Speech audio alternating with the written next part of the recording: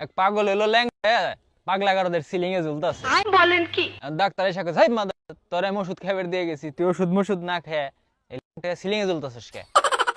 কয়, "স্যার, আমি তো এনার্জি বাল্ব বুঝছেন, এজন্য আমি ঝুলতাছি।" मतलब वो अलग ही लेवल का बंदा ডাক্তার था। কয়, "তুই এনার্জি বাল্ব তাহলে জ্বলস না কে?"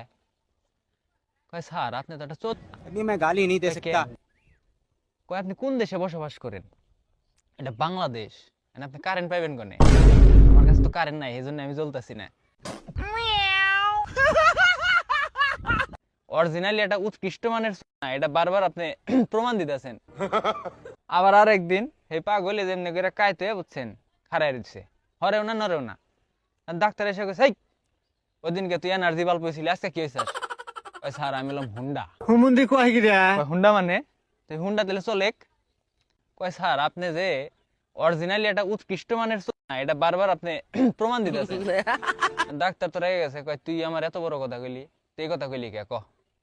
কয়, "স্যার, আপনি কোন দেশে আছেন? আপনি কি আবারও ভুলে গেছেন? এটা বাংলাদেশ স্যার, এই দেশে পেট্রোল অকটেন নাই। আমি তো হুন্ডা, আমি চলুন কেমনে এখন?"